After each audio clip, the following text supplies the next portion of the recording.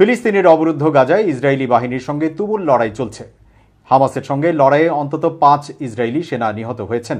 বৃহস্পতিবার ইসরায়েলের সামরিক বাহিনী ওই ৫ সেনার প্রাণহানির তথ্য নিশ্চিত করেছে। প্রতিবেদনে বলা হয়েছে, উত্তর গাজা উপত্যকায় ইসরায়েলের ৫ সেনা নিহত হয়েছে বলে জানিয়েছে ইসরায়েলের সেনাবাহিনী। ওই এলাকায় হামাসের বিরুদ্ধে ৭ মাসেরও বেশি সময় ধরে চলা যুদ্ধ সম্প্রতি তীব্র আকার ধারণ করেছে। ইসরায়েলের সামরিক বাহিনীর এক বিবৃতিতে বলা হয়েছে, বুধবার হামাস সদস্যদের সঙ্গে লড়াইয়ের সময় ওই ৫ সেনা নিহত হয়েছেন। তবে কী কারণে তারা মারা গেছেন সেই বিষয়ে বিস্তারিত কোনো তথ্য জানায়নি ইসরায়েলি বাহিনী।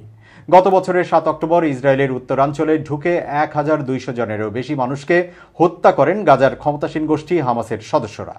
পরে ওই দিন গাজা উপত্যকায় যুদ্ধ শুরু করে ইসরায়েলি প্রতিরক্ষা বাহিনী।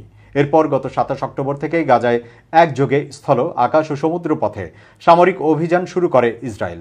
তখন থেকে এই পর্যন্ত গাজা উপত্যকায় হামাসের সঙ্গে লড়াইয়ে ইসরায়েলের সামরিক বাহিনীর অন্তত ২৭৮ সেনা নিহত হয়েছেন। গত কয়েকদিন ধরে গাজায় উত্তরাঞ্চলে হামাসের সদস্যদের সঙ্গে ইসরায়েলি বাহিনীর লড়াই ব্যাপক তীব্র আকার ধারণ করেছে।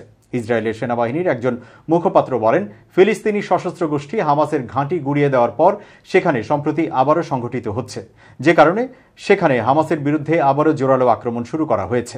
গাজার স্বাস্থ্য মন্ত্রণালয় জানিয়েছে, ইসরায়েলি বাহিনীর এই আক্রমণের ফলে গত ৫ বছরের ৭ অক্টোবর থেকে এখন পর্যন্ত ৩৫,২০০ জনেরও বেশি মানুষ নিহত এবং আরও প্রায় ৮০,০০০ মানুষ আহত হয়েছেন।